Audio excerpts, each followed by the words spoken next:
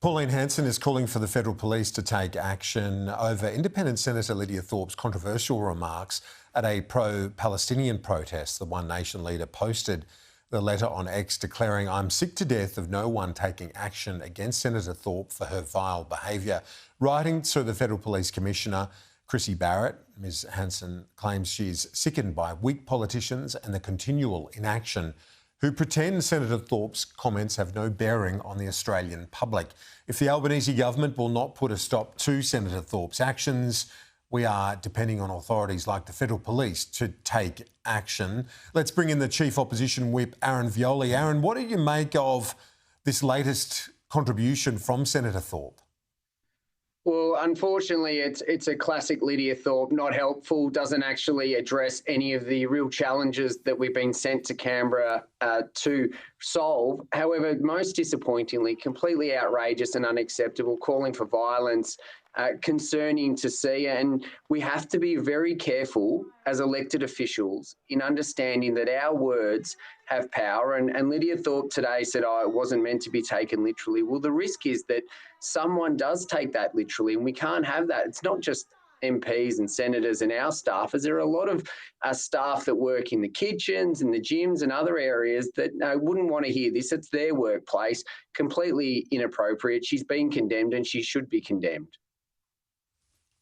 And in terms of the Federal Police letter sent by Senator Hanson, would you support that for them to get involved?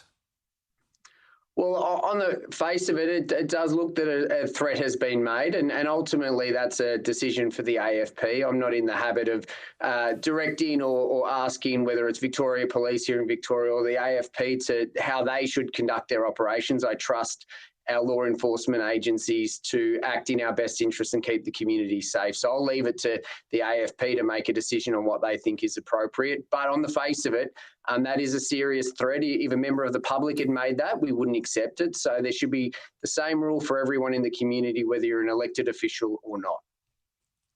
The Treasurer has announced a major backdown on the superannuation tax changes. A lot of them you've been calling for. You've been critical of elements of it. Does this satisfy you now? Are you happy with this plan? Well, firstly, this is a stunning backflip by the Treasurer. It is clear that he has been rolled by the Prime Minister. We saw last week in Senate estimates that Treasury had to give a briefing to the Prime Minister's office. So it's clear that the Prime Minister, Anthony Albanese, has no faith at all in Jim Chalmers as Treasurer, and he has had to step in and roll him. Conveniently for the Prime Minister, he's made the Treasurer come out today on the first day of his holiday to announce it so the PM can avoid media for the week. So clearly no faith in the Treasurer. You know, we've said our two biggest concerns were indexation and the taxing of unrealised capital gains. So it looks on the face of it from what the Treasurer has said that they are off the table.